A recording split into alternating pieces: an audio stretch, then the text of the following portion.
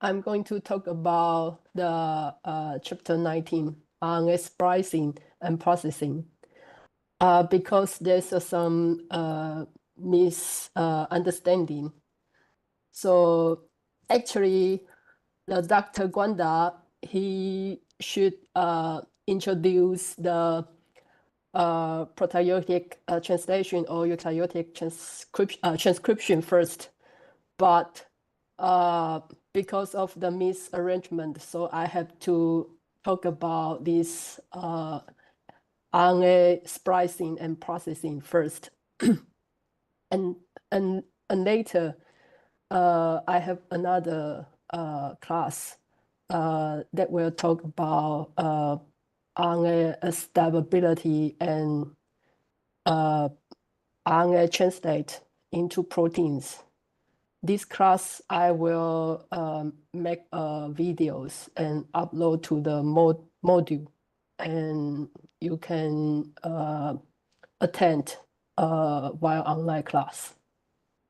So let's go to next.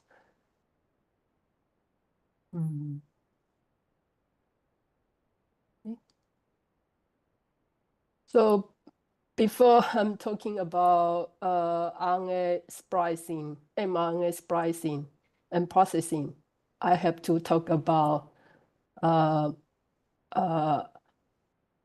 transcription first. What is transcription? Our bodies all need proteins. Protein is very important component that help us to execute various functions. For example, antibodies.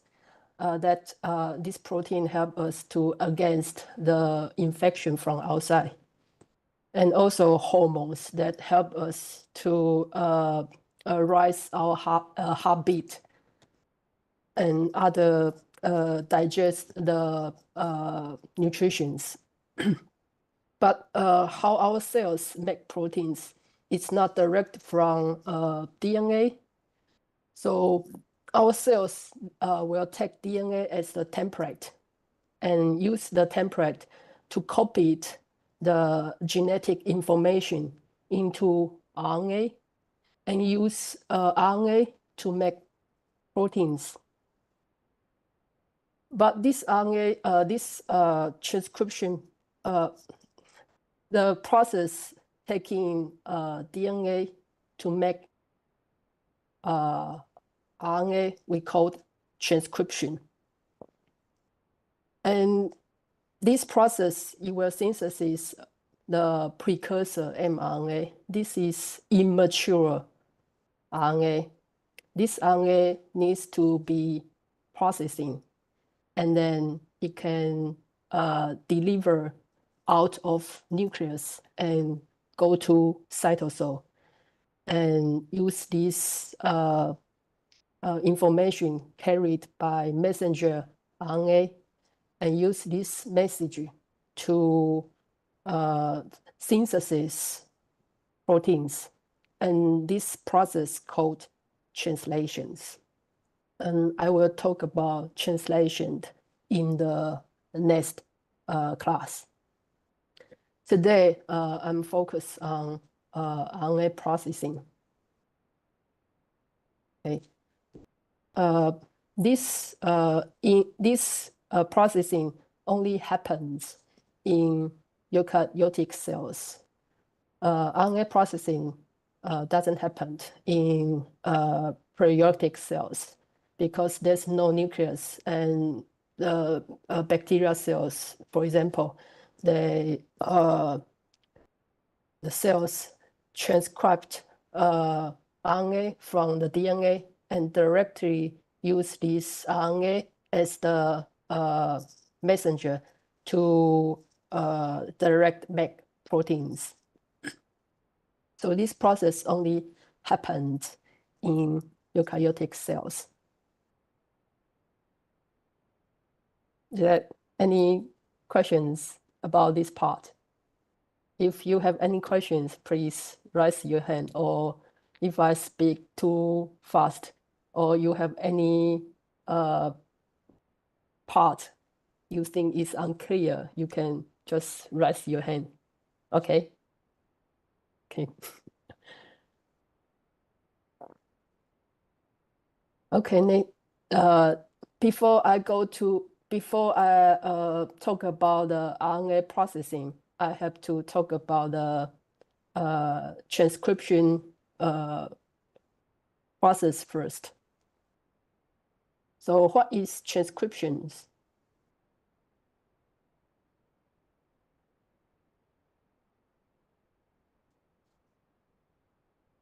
Okay.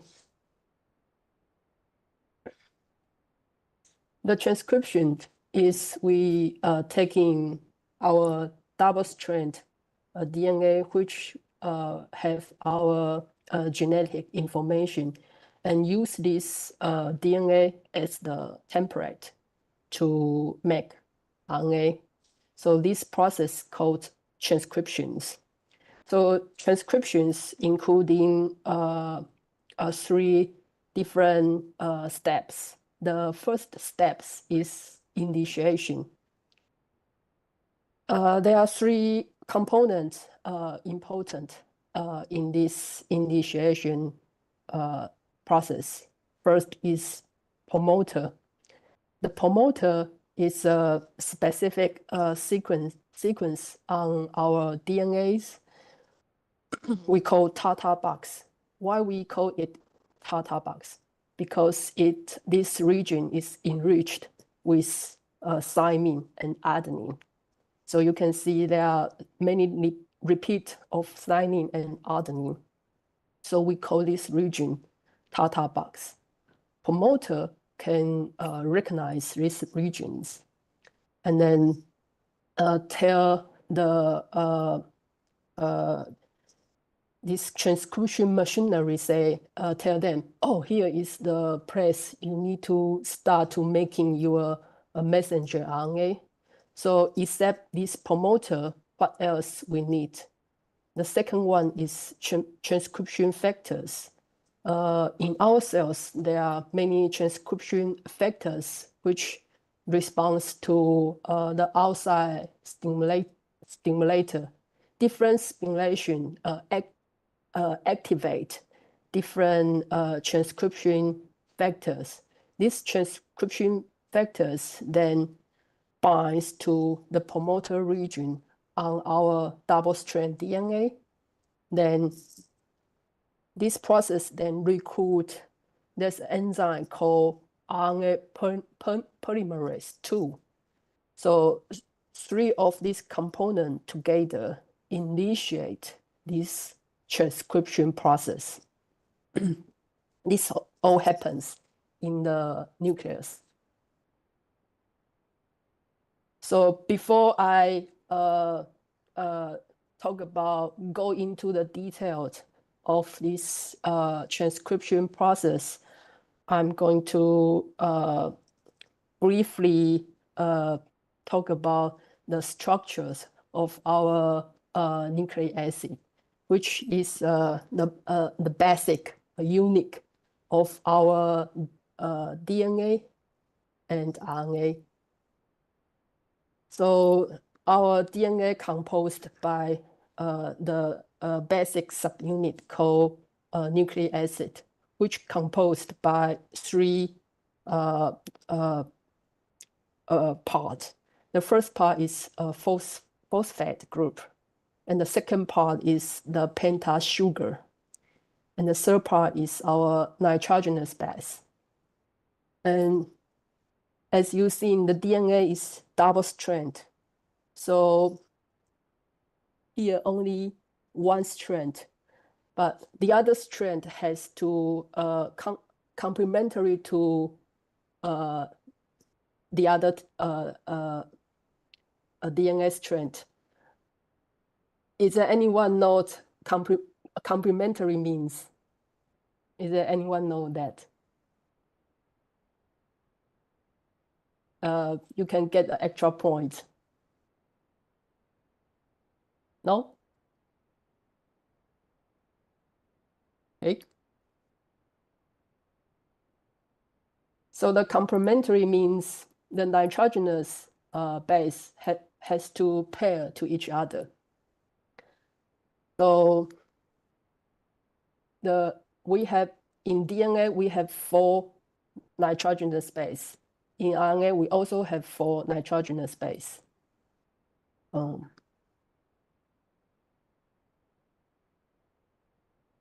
So here is our pyrimidine. We have cytosine, thymine in DNA, and purine, adenine, and guanine. So complementary means the adenine has to pair with thymine, and the cytosine has to pair guanine. And in RNA, we don't have thymine. We only have uracil. And also, you see this pentasugar. That's the first carbon. We give a name.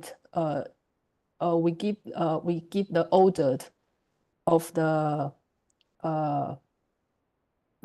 location of the carbon. So for example, this one is our first carbon connect with nitrogenous. So this is 1' carbon, and here is 3' carbon. And in our 5' location of carbon, we connect with a phosphate group. So this is the 1, 2, 3, 4, 5 means. The other difference in between DNA and RNA is in the second carbon, it connect in DNA. It connect with a dioxy group. In RNA, it connect with our hydroxy group, OH group. Okay, now we know the basic component of our nucleic acid, and we can go into the next slide. Okay, is there any questions about that? No? Okay, good. Thank you, Rua. You encourage me a lot. Okay. Let me, so as I mentioned before, the initiation status of the transcription, we need the promoter region, which called on our DNA is enriched of thymine and adenine. So we call this place PATA box.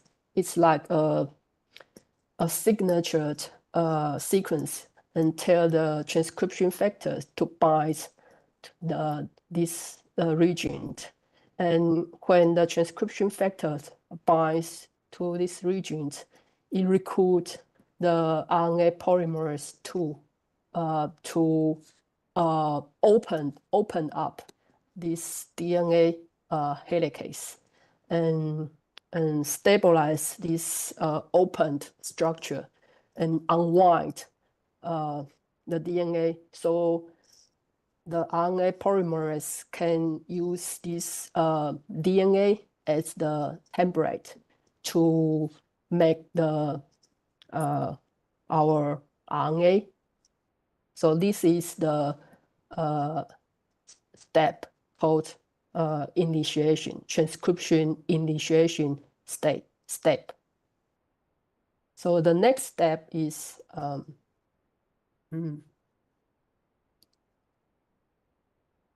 so after the initiation machinery join our DNA, then this machinery, the complex, will start to making our RNA.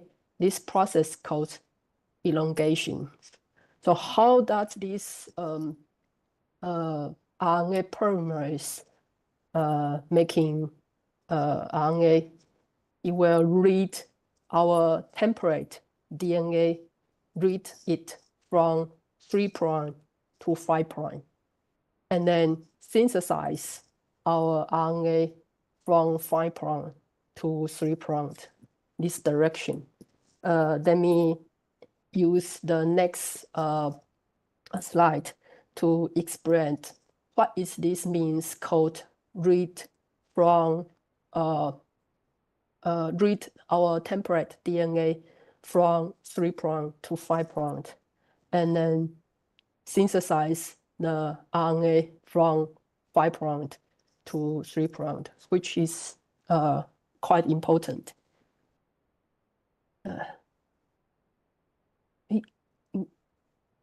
Oh, and this is good example for the complementary pairs of our nitrogenous base. See, the adenine always pair with thymine, and then cytosine always pair with guanine. And when we use this template DNA to making RNA, we don't have thymine in the RNA, so instead we have uracil pair with the adenine, and then same guanine pair with cytosine, and then guanine pair with cytosine, and uracil pair with adenine. Okay. The next, I will explain. Next slide. Next. Okay. Okay. So what is that means RNA polymers to read our template DNA from 3' to 5' and synthesize the RNA from 5' to 3'. As I mentioned before, the basic structure of the DNA. So here is our DNA chain on your left-hand side. So this is our first carbon, second, 3, 4, 5. So the DNA connect use this direction. So in 5' we have this phosphate group. It connect to our next nucleotide on this 5' OH group. So it synthesized in this way, connect in this way. So 5', 3', 5', 3', 5', 3', 5', 3', 5'. And then when the RNA polymers come to see join this synthesis process, it sees our template DNA. Here is this 3'. So the RNA polymers then, there's a complementary route I have to follow. So he used the uracils pair with the template DNA, the adenine, so uracil. But when the RNA polymerase synthesis this RNA, it flip this basic unit, flip this nucleoside. So the 5' site now is facing down. And then the next one, the RNA polymerase sees, there's a cytosine. So we have to pair with cytosine. So we have a guanine. So the guanine nucleotide also facing down. So here is our 5', and then connect to 5', and connect to the next one is 3'. So it's 5', 3', 5', 3'. So the RNA polymerase synthesize RNA from 5' to 3'. And in between them, there's a phosphodiester bond linkage. Okay, so the RNA polymers read the template DNA from 3' to 5' and synthesize RNA from 5' to 3' in this direction. Okay, so next Next, that is the elongation process. So the last process is the termination process. So how does the RNA polymerase is making RNA? And then how does this RNA polymerase knows, oh, when we need to stop? And here there's a poly adenylation signal, which when the RNA polymerase sees these signals or transcribed these signals that induced this endonuclease come to here and cut this RNA out of the RNA polymerase. Then the RNA polymerase being dropped out from our DNA template. So this polyadenylation signal is a very important signal for terminate the whole transcription process. And I'm going to talk about this polyadenylation signal later in the RNA process sections. So as I mentioned before, the whole process taking DNA and use that as a template to making RNA, it's called transcription. And then this RNA is a precursor to mRNA, messenger RNA. It's not ready yet. It's not mature yet. We cannot use this pre-mRNA to make our proteins. It needs further processing. And this process also happens in the nucleus. And once the cells finish the whole process procedure, and then the pre-RNA becomes mature RNA, the mature RNA that can be transported out to the nucleus and then go into the cytoplasm.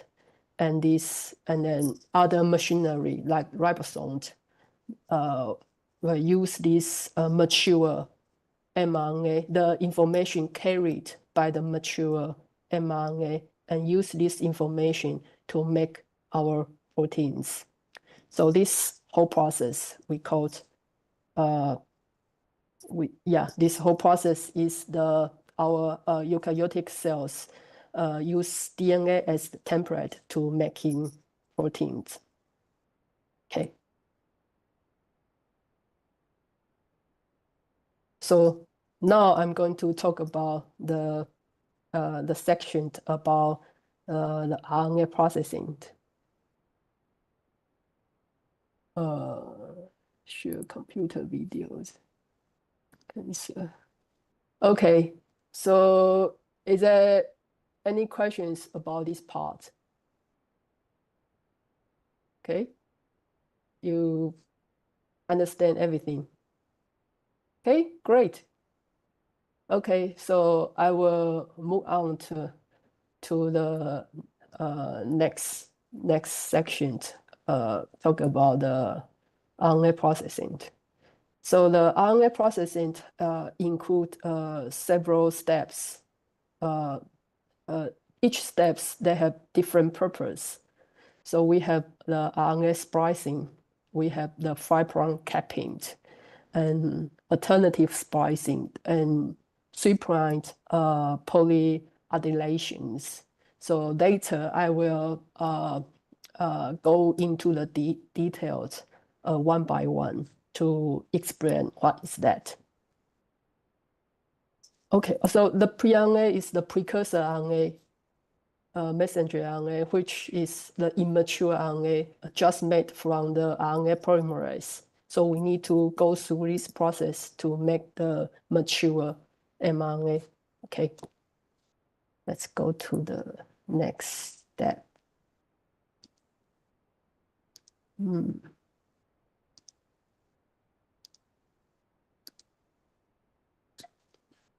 Okay.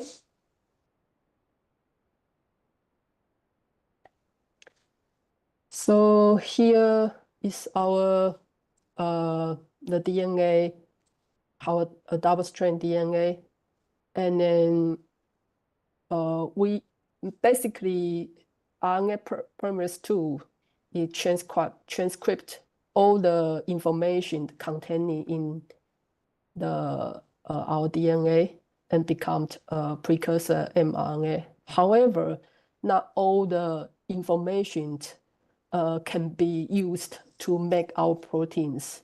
There are some sequencing on the DNA which can't use this information to make the proteins. So the regions that can used as the information to make proteins, we called exons. And the regions, the sequencing, do not use that information to make proteins, we called introns. So the 5' capping is when I just go through all the process very quickly. So the first is 5' capping.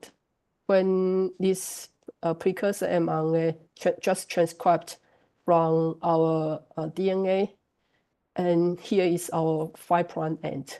So we need to put something to protect this 5' end because there are a lot of extra nucleus in our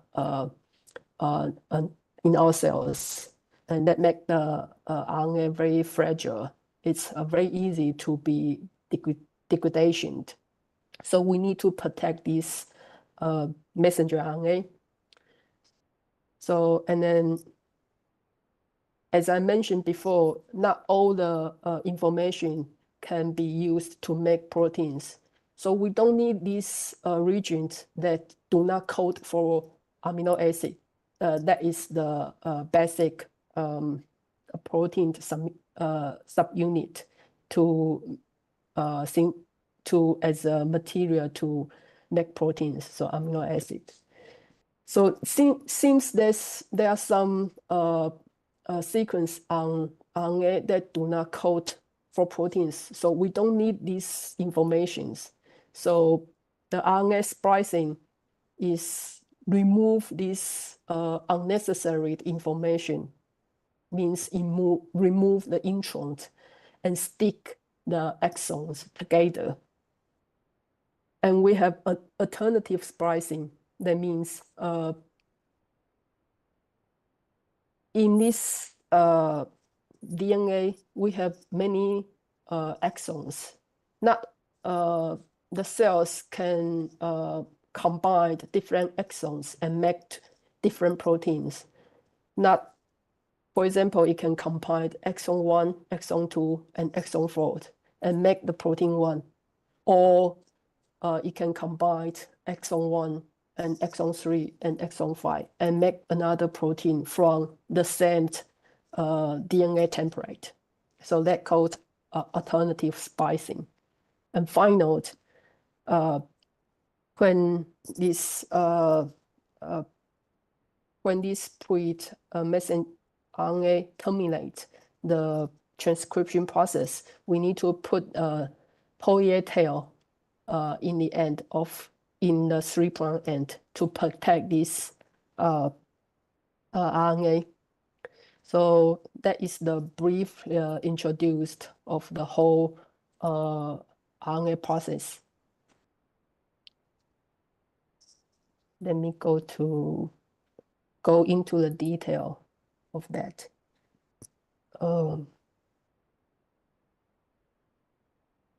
Okay.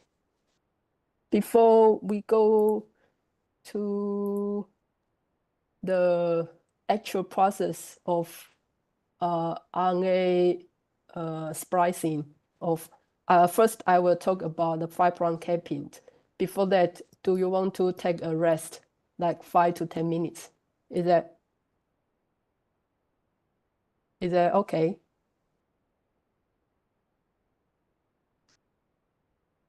Anyone? Okay. So let's come back. Uh, let's come back after 10 minutes. Okay? Okay.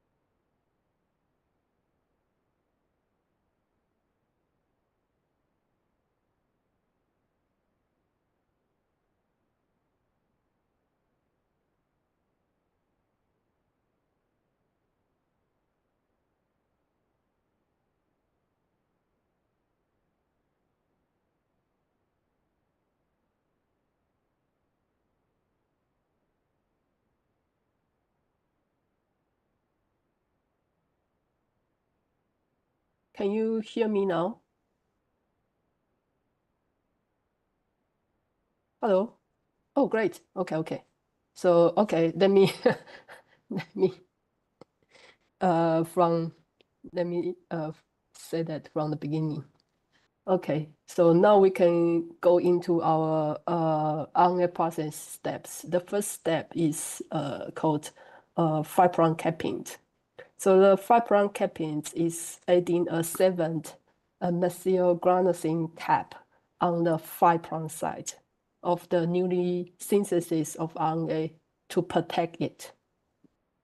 So when the RNA polymers start to making the RNA, it start to make RNA, and then after about 30 nucleotide, the RNA polymers stopped, and then the first nucleotide, as I mentioned before, the nucleotide combines to each other. There's just one phosphor group, but the first nucleotide, which has three phosphate group. So this newly synthesis RNA is very fragile. It can be degraded by many enzymes in our nucleus. So we need to protect it. So there's the first enzyme. We have several enzymes to participate this capping process. The first enzyme called RNA triphosphate. The RNA triphosphate come here and see, oh, the first nucleotide, there are three phosphor groups. Let's remove one phosphor group. So now it remove one phosphor group. So on this 5' end, there's only two phosphor groups left. Then the second enzyme called granulate transferase. It will taking this granulosine triphosphate and then remove two phosphor group, and then this becomes granulosine monophosphate, GMP, and then flip this structure into 5' end and connect this phosphor group, this phosphate on 5' end to the first nucleotide on our newly synthesis RNA. So now is three phosphate here. So because it's 5' end connect to the 5' end of GMP, so this linkage called 5' to 5' triphosphate linkage. So the third enzymes called methyltransferase. So methyltransferase then put the methyl group on this seventh position of our GMP, then protect this the end of our RNA. So this final step and finish the whole process of 5' capping. Why do we need this 5' capping? The function of 5' capping is to, as I mentioned, to protect the exonucleus 5' to 3' to digest our newly synthesized RNA from degradation. And also this 5' capping structure help our messenger RNA to export out to the nucleus and go into the cytosol.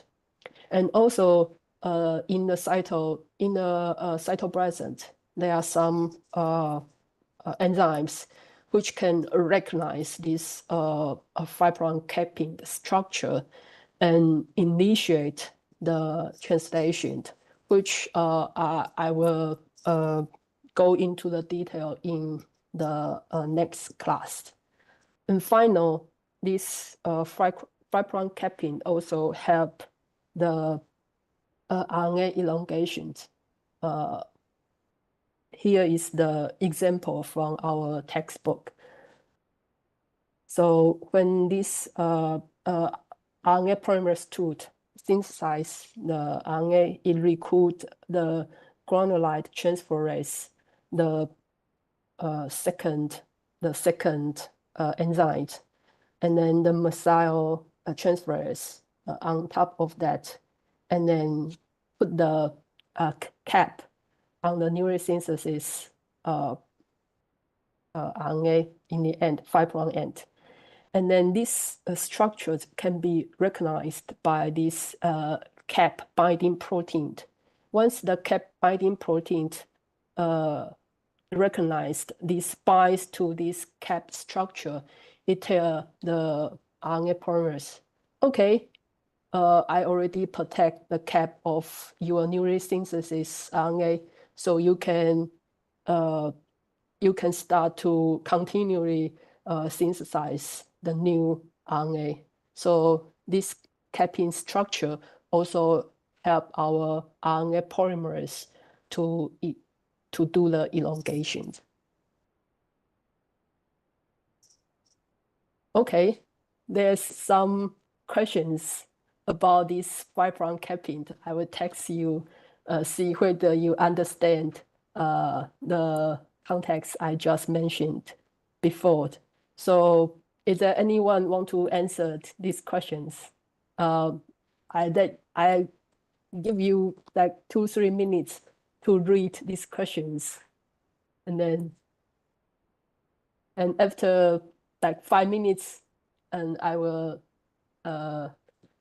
announce the answers. Is there anyone want to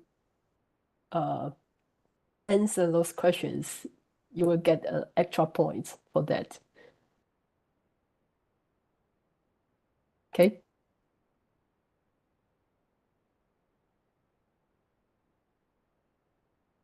Can you see the questions clear?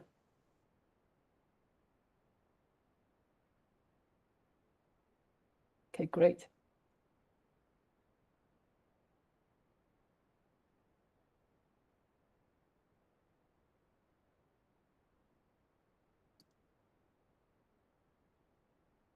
You can put in the chat, and then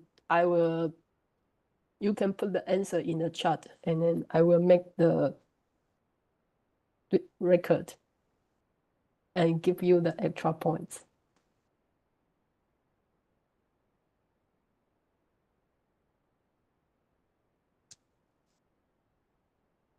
Anyone?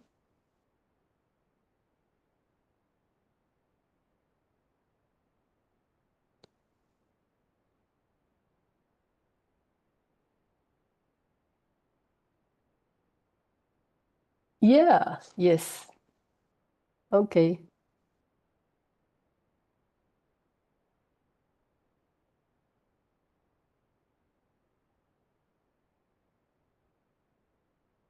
Wow. Wait. I need to.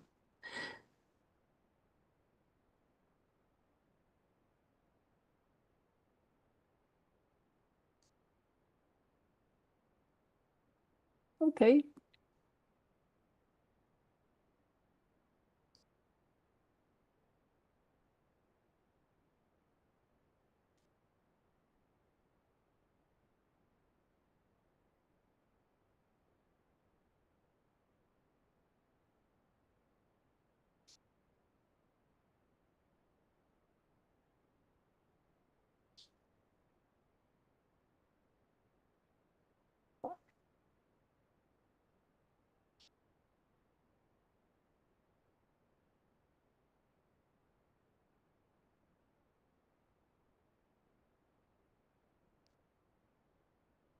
You're great. You understand a lot. Ne-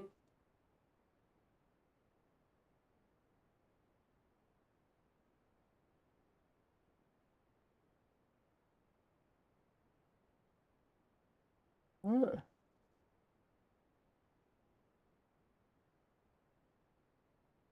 Okay, so let's go through these questions one by one. So what is the first step of 5' capping? Is it A? No, that is the last step. So add the guanine nucleotide. No, it's not the first step. So the first step is to remove the two phosphate from the first nucleotide. Okay, so the question one, the answer of the question one is C. And then the second questions, the 5' cap structure is characterized by what? Is it A? So 5' to 5' triphosphate linkage between GTP and the first nucleotide. Actually, it should be GMP. Okay, so the answer is A. So the third question is, which enzymes is responsible for adding the guanine nucleotide during the capping? Which enzymes? It's B, granulide transferase. Okay, the fourth questions, what does 5' capping occurred during when does the 5' capping occurred during transcriptions? Is after transcription is complete? No. Is before transcription? No. So it's the answer is C, shortly after transcription initiation. Okay. So the fifth questions, the primary functions of the 5' capping is that A, to facilitate splicing only? No. Is it B, to protect mRNA from degradation and assist in translation initiation? Yes, it's this one. Okay, let's go into the next sections. So the next step is the RNA splicing. So the RNA splicing, as I mentioned before, is to remove the introns from the premature mRNA, then stick the useful exon together. So this process called RNA splicing. But this RNA splicing process could happen same as 5' capping. Is shortly after the transcription initiate. So the evidence is a scientist find the termination process and the RNA splicing process almost finished the same time after the transcription terminate. So that means while the RNA polymerase is making the new mRNA, the RNA processing can happen simultaneously. Okay. So how does the cells knows which sequencing is the intron, which part we should cut, remove the intron from the long premature messenger RNA. There's a consensus sequencing. So this is our pre-mRNA, and this is the 5' end. This is 3' end. and there's two exons. And then between these two exons, exon 1 and exon 2, there's intron in between. So here, there's a consensus sequence. In the 5' splicing site, we have guanine and uracil. In the 3' and splicing site, there's adenine and guanine. So once the cells sees this consensus sequence, we know, oh, here is the place we need to remove the introns. And also there's the branch point in the intron. The branch point sequence is UAC, UAA. Normally we have the adenine as a branch point. This is the consensus sequence that tell the cells, oh, you need to remove this part. This part is intron, so it's not useful. Okay, so the next step.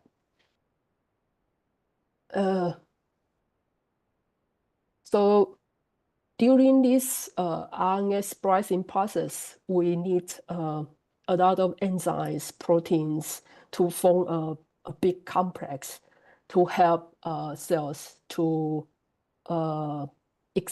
remove the intron.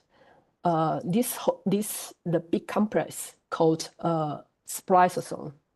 The spliceosome composed by many different proteins.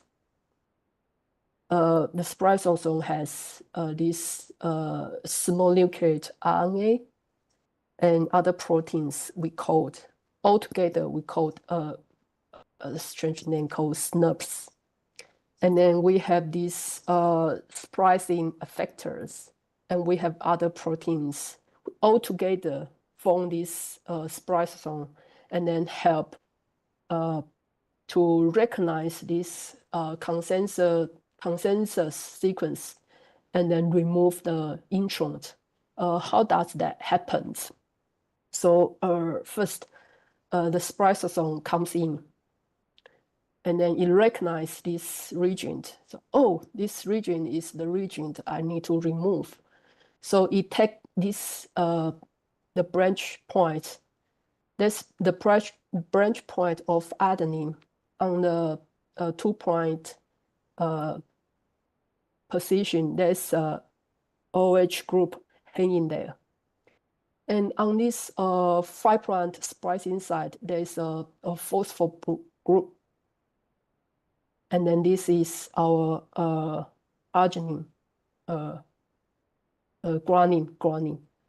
And then this OH group sees, oh, there's a guanine, and there's cut this point, and then it pour this guanine,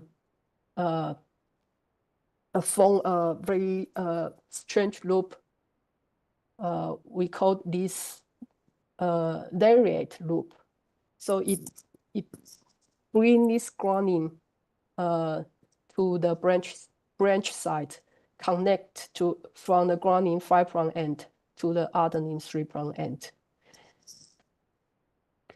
and form this lariat loop, lariat loop. And then this also helped by the spliceosome. And then on this 5' splicing site, this expose this OH group. And on the other side, the 3' splicing site, there's a phosphor group. So the OH group sees, oh, there's a phosphate group. I want to stick together. So then with the spliceosome help, it remove this lariat loop, kick out the lariat loop, and then bring those two exons stick together. So, and then it finished the splicing process. This is just the brief steps of the splicing. And the next slide, I will go into the details. Okay. So as I mentioned before, in this branch site, there's an adenine, there's a OH group, and with these spliceosomes help, the OH group attacked this 5' splicing site and bring this guanine together to here and form a lariat structure. And the second reaction is the OH group sees the 3' splicing site of phosphate, and then they connect together. This happens is the reaction called transesterification reactions. Then after those two reactions, we stick the two exons together and remove the radiate loop of the intron. Okay.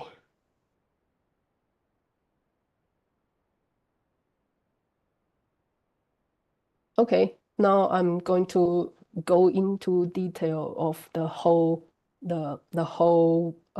splicing cycles. So as I mentioned before, the spliceosome is a very big complex that help cells to remove the intron. It's composed by 4 chunk of the components. The first one is SNP, which is composed by the small nucleus RNA and proteins. And we have U1 SNPs, U2 SNPs, and U4 and 5 and 6. And why we call U is uridine-rich RNA, uracil-rich RNA. So we called U1, U2, and that. And we have these splicing factors and other proteins. So for the U1 small nuclear RNA, U1 SNPs, together with these XR proteins, the XR proteins help this whole process to initiate the whole splicing process. So the U1 siRNA has has this sequence which can recognize the consensus sequence of the 5' splicing site. So the U1 SNPs together with SR proteins binds to this 5' splicing site. And later, other proteins come to help the U2 SNPs, and it binds this the 3' splicing site. And then there are also some consensus sequence that help these SNPs to identify which place can be is the place we need to remove the intron, called polypyrimidine trace and the branching site. So those proteins binds to this sequence, then this SR protein as a bridge, and then pull together the 5' splicing site and the 3' splicing site together. This is our early spliceosome complex called E complex. Then we go to the next step of the splicing. So before we go to the next step of splicing, I want to introduce how there are two ways that we can initiate this spliceosome to recognize this consensus sequence on our mRNA and then remove the introns. These two rules is these two pathway called intron definition and extron definition. What is intron definition? In this yeast cells, normally their introns is relative short compared to humans. So we can use this intron and to form the initiation complex. This complex recognize the 5' 3 splicing site and 3' splicing site and bring them together to form this E complex, early complex. However, in humans or multicellular eukaryotic cells, the intron is much longer than the exons. So if we use this weight, 5' to 3' recognitions, it's not very efficient weight to recognize our consensus sequence and form the initiation complex. So in the multicellular eukaryotic cells, they have another way, which called extron definition. They use the upstrand, the 3' splicing site, and to identify the consensus sequence, and then tell the cells, oh, this is the 3' splicing site. And we don't need to go to the next extron. We don't need to go that far away to recognize the far away 3' splicing site. We can use the upstrand 3' splicing site to form this initiation splicing complex. So that calls exon definition. This way is more efficient for cells to define which one is exon, which one is intron, and which place we need to cut. Okay. So now we move to the whole cycles of spliceosome cycle.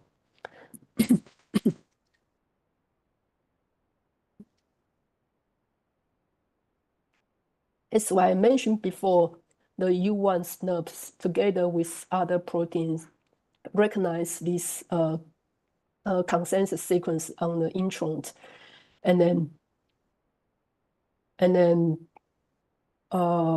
initiate this form this early complex, and later the U2 SNP joined this big spliceosome complex and recognize this 3' consensus sequence, and then this complex called A complex, and the next one, the U2 and 4 and 6 SNPs join this process, form a B1 complex.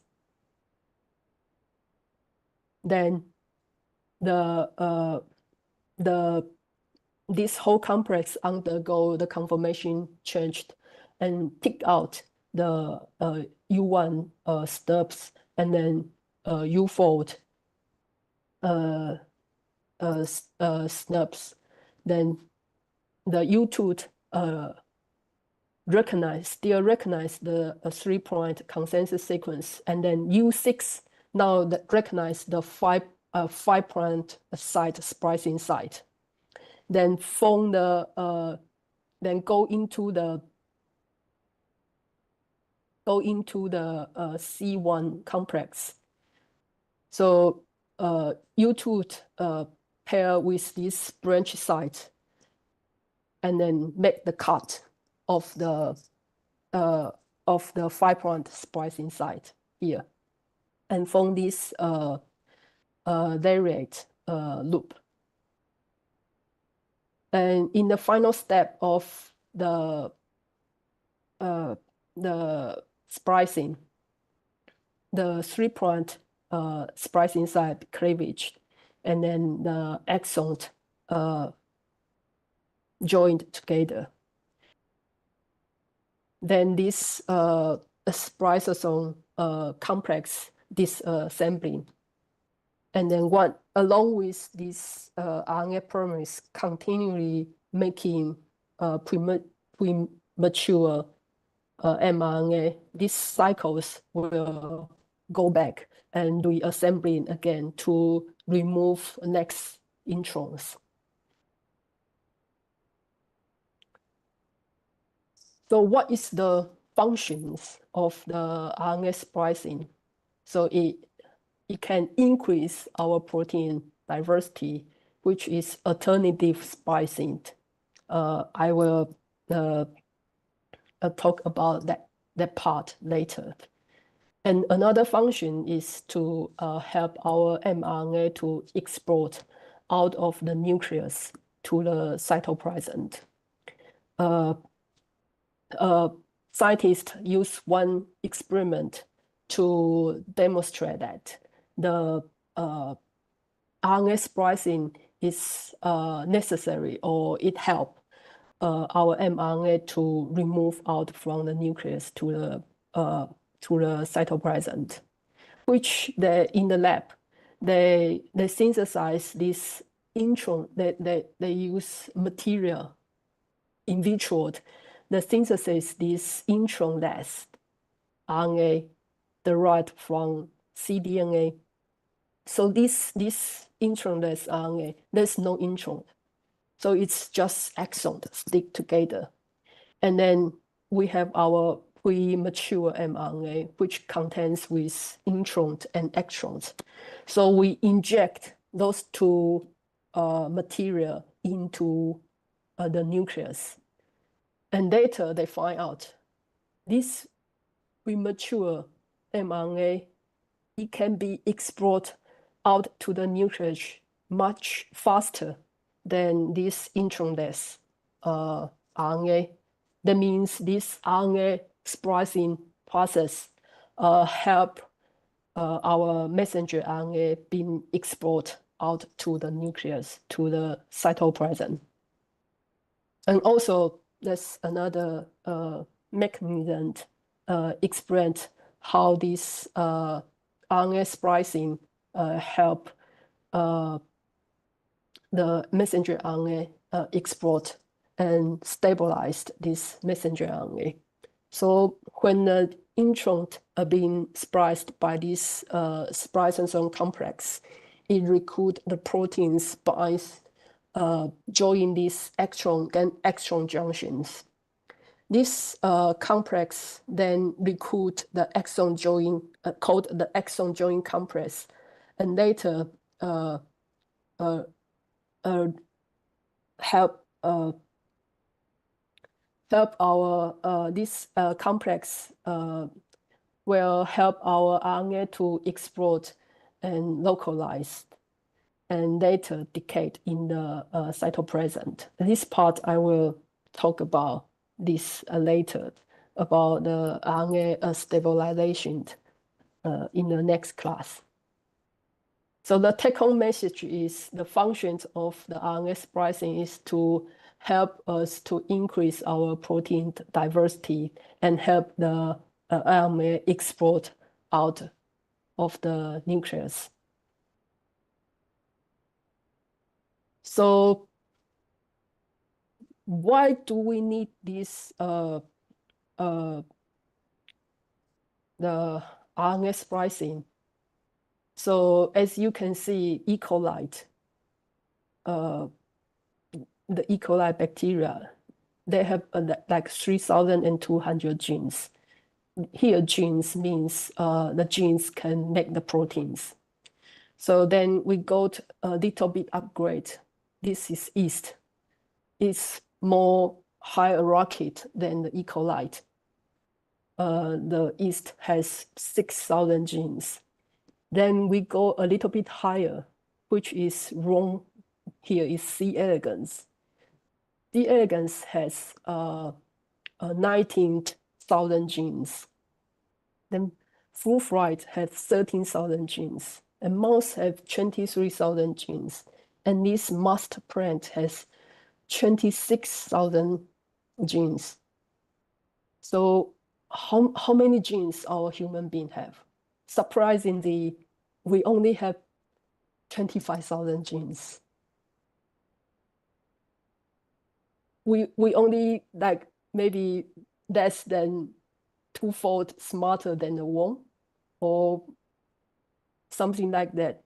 But human being is more complicated organisms. Well, we need a lot of protein to do many functions compared to a fruit fly or the roundworm. So how does it happen if we only have the 25,000 genes?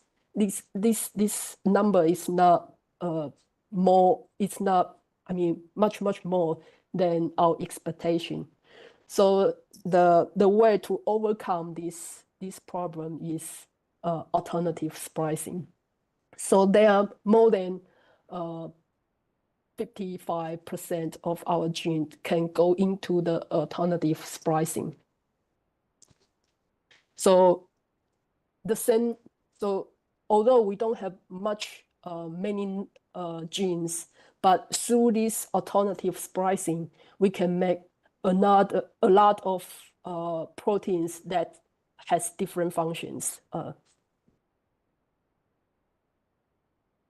So what is alternative splicing? So for example, this is our mRNA transcribed from the same genes. So during the mRNA maturation process, the cells can stick this 3 exon, we can stick these 3 exons together to synthesize the protein 1. This is one protein with 3 exons. But we also can stick exon 1 and exon 3 together and remove the introns and exon 2. Then we formed another protein 2. And protein 1, protein 2, they might have different functions.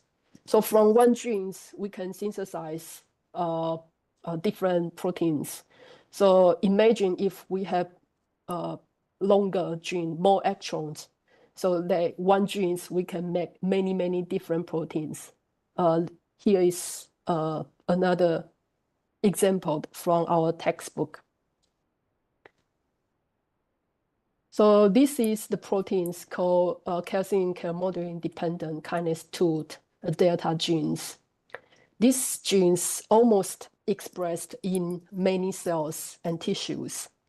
However, during the alternative splicing, which content remove the exon 14. So these delta A proteins, there's no exon 14. So this protein it target to a cell membrane and form channels on the cell membrane. And the other one, it contains the exon 13, 14, and 17. So these proteins delta B is a target. It has this nucleus location sequence on the 14th exons. So these proteins target in the nucleus, then help help the transcription process. And the last, these delta C proteins, it remove all the introns and the exon 14, 15, and 16 only stick 13 and 17 together. So these proteins localized in the cytoplasm as a kinase to help other proteins undergo the phosphorylation process. So this is a very good example that one genes can produce the different functions of protein, and they have different roles in our cells. So use this way, we can greatly increase our numbers of proteins from one genes. So even though we only have like 25,000 of genes, but the alternative splicing give us more variety of the protein, which we can use for our physiological process response. Okay, so is that anyone have questions about this part? Alternative splicing and RNA splicing.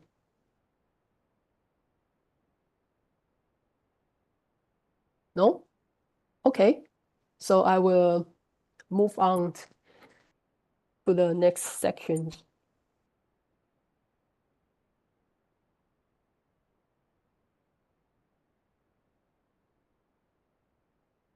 Okay, so the next this part I'm going to talk about the contribution of our intron features.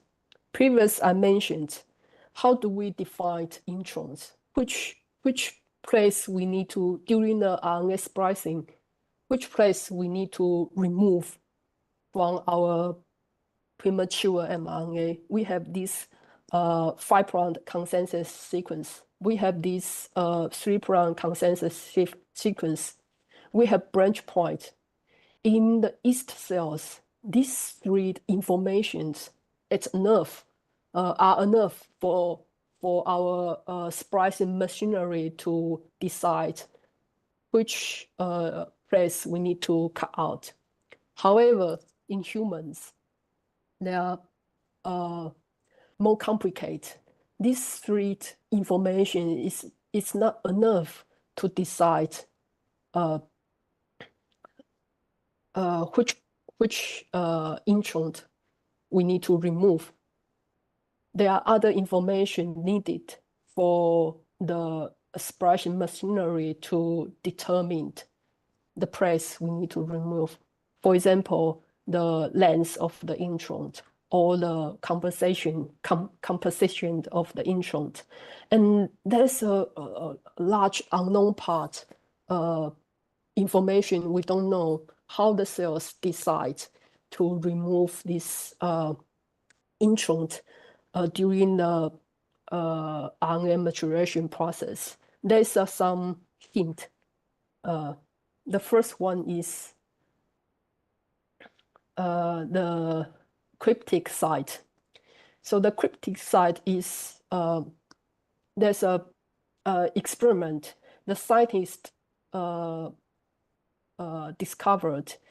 Even though we mutate the branch point, for example, in this experiment, even though we mutate this branch point, but using this, there's some sequence surrounding this branching site, which can help the cells to decide the splicing site. So even though this branch site has been mutated, but the cryptic site can act as the consensus sequence and help cells to tell the cells which place you need to remove.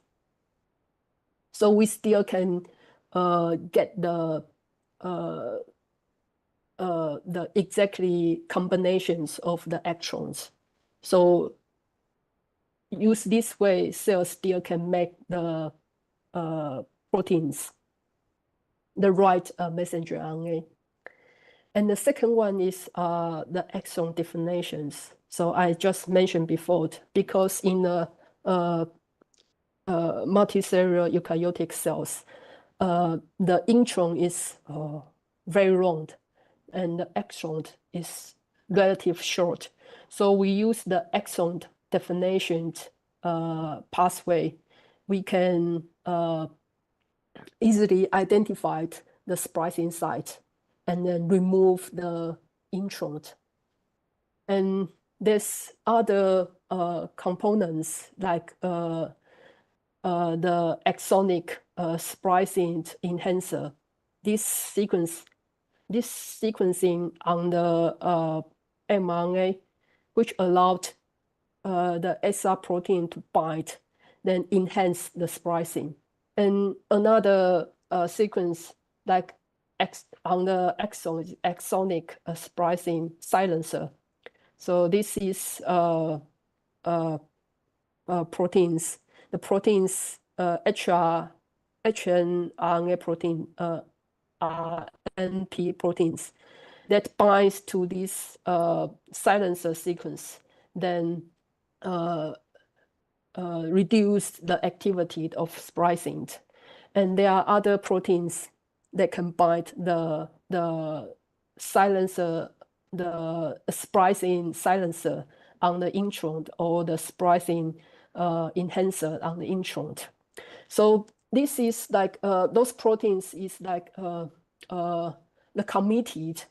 So they're in between them, they're balanced in between them. They can decide when we need to enhance the splicing process, when we need to decrease the splicing process. So together with the spliceosome complex I just mentioned before, they will help our human cells to decide which place or when or where to do the RNA splicing. Okay, this is the proteins I just mentioned on the previous slide. So you can, I mean, after the class, I will upload this PowerPoint and then you can find out on this module platform. Okay, so is that, oh, that is someone asked what happens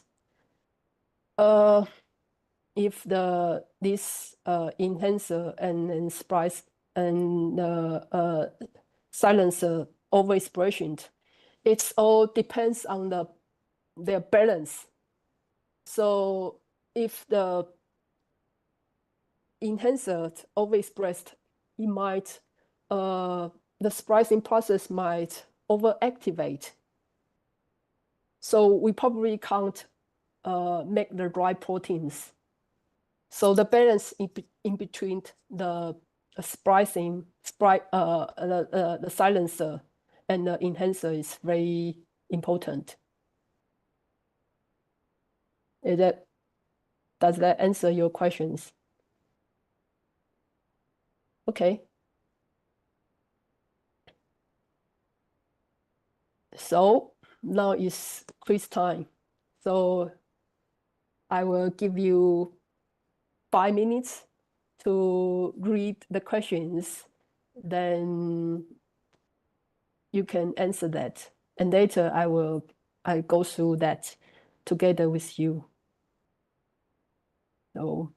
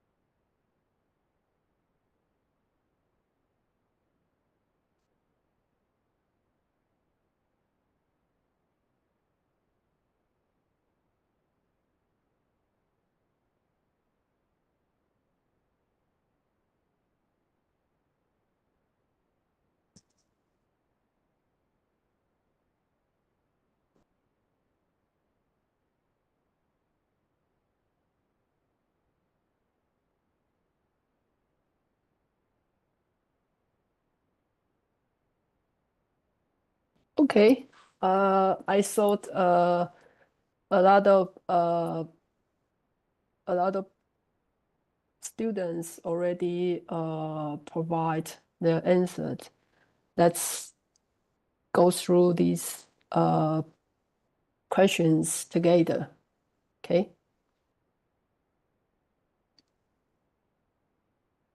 So the first question is, what is alternative splicing? Is it A, the process to removing old introns, or remove all introns? No, there are different kinds of alternative splicing.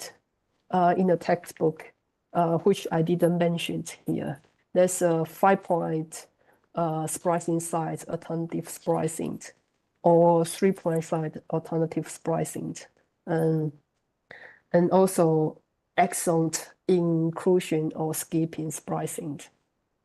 So there are many different modeled of alternative splicing.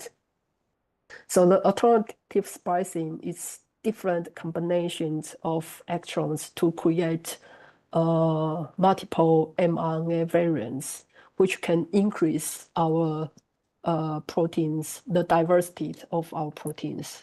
So the answer is B. So the second question is, what is the main consequence of the alternative splicing? So it's increased our protein diversity. So 3, which proteins play a key role in regulating alternative splicing in multicellular organisms? Is the SR protein. SR protein combines this electronic splicing enhancer, so and then help this alternative splicing. Okay, so which of the following NMPs is not involved? SNP is not involved in the measured spliceosome. It's just need to memorize that. So it's C. Okay. So what is the primary functions of the RNA splicing? So the primary functions of the RNA splicing is to remove introns and joint exons into a mature mRNA. Okay, so the last, what is the function of ASA proteins in pre-mRNA splicing? The answer is C. They help the bridge this SNP, U1 SNP and U2 SNP together and recognize this splicing site and help this spliceosome to assembling and go to these spliceosome cycles, help this RNA splicing. Okay, so before we move on to the next section, we can have a rest like 10 minutes. Is that okay? We'll come back after 10 minutes. Okay, cool.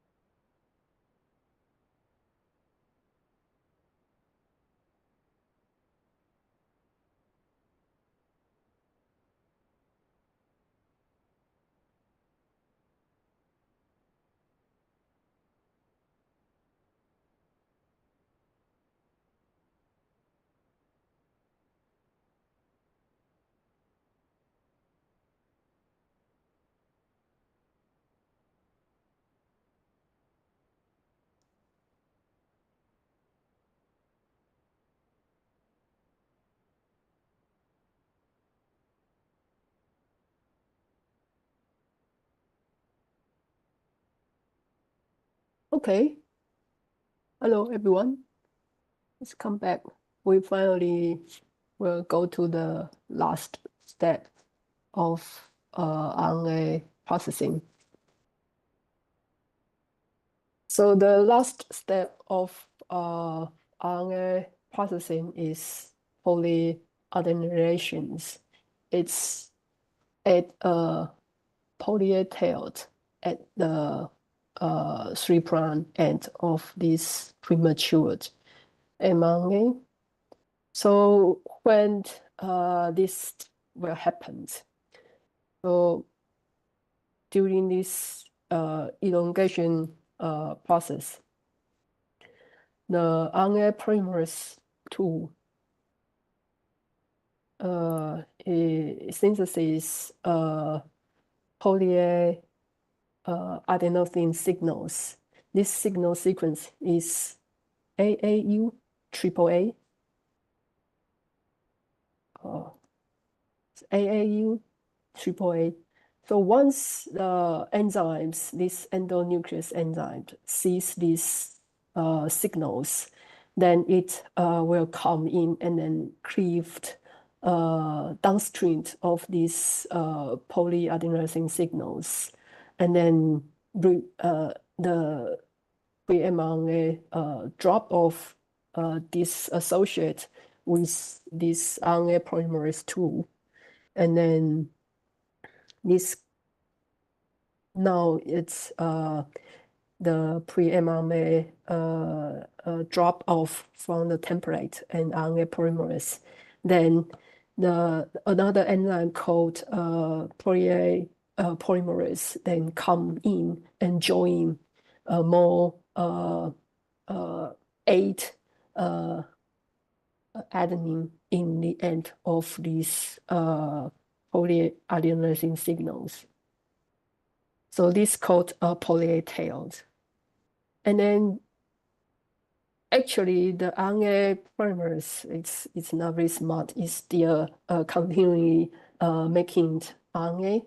However, there's an enzyme called exonuclease come in and then chop out the newly synthesis RNA, and then finally catch up the RNA polymerase and then take it out and then terminate this transcription process. So next slide, I will go into the details of how to do these polyadenylations. Okay, so there are several proteins joined work together to finish this process. The first protein is cleavage and polyadylation specific factor CPSF. It recognized these polyadenosylation signals, and then together, there's another protein called cleavage stimulatory factors. It will bind the downstream of the poly signals of on our premature mRNA, which normally is uracil and guanine uracil rich regions. And then this cleavage stimulatory factors then help this protein, SPSF protein, to recognize the signals and then execute to cut the RNA out from the RNA polymerase. Then another enzyme called polymerase, PRP, and come in, it sees the tails and come in and add around a new oligonucleotide of adenine in the end of this, in the 3' end of this pre-mRNA. And later, there's another enzyme called poly binding proteins that help this poly polymerase to add a lot of adenine in the end of these short tails. Then it forms these very long poly tails. So why this poly, what is the functions of this 3' polyadylation signal? So it helps to protect our mRNA from the degradation of this 3' to 5' exonuclease. So for protect our mRNA from degradation. And these poly tails also help our matured mRNA to leave nucleus and go into the cytosol. And later, the poly tail can be recognized by the translation initiation factors, this factor EIF4G, and then they will help to initiate the translation process. So that is the functions of polyadylation process. Okay. So now it's question time. So this section is very relatively short, so only 3 questions. So I will give you a few minutes to do that. Okay. So there will be our last part of this class.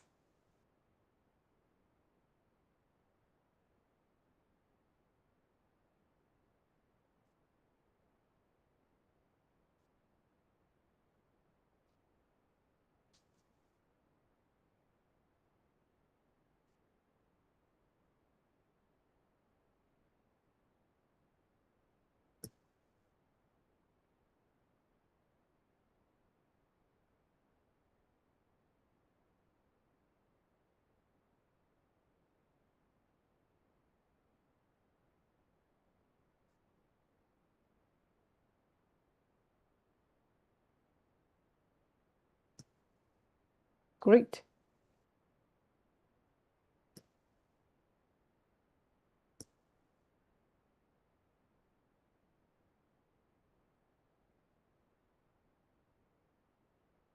Okay. So I saw people already provide the answers. Okay. So the first question is, what is the primary sequence signals that trigger the polyadylations in eukaryotic mRNA? So this one is easy. So is AAU triple A. So the answer is B.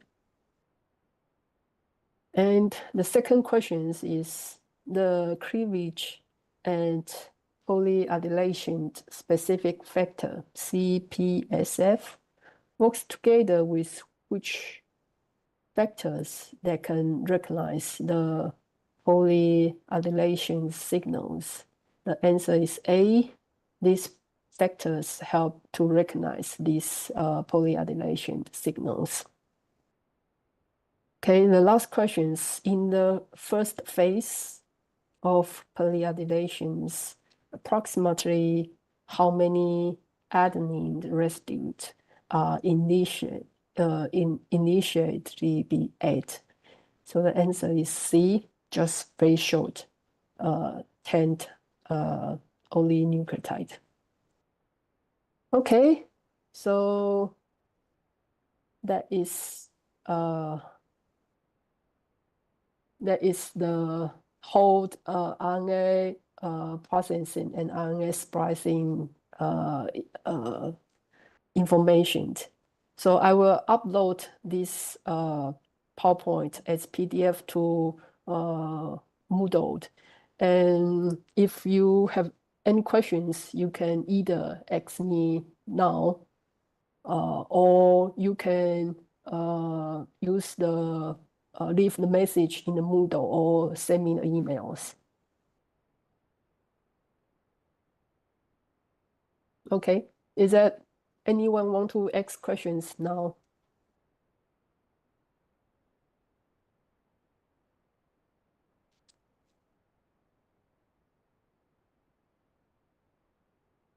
Okay. If not, we can, yeah, we can end this class now and enjoy your holidays. Okay. Thank you. Thank you. See you.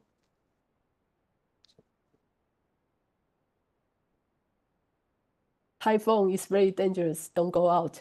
Stay at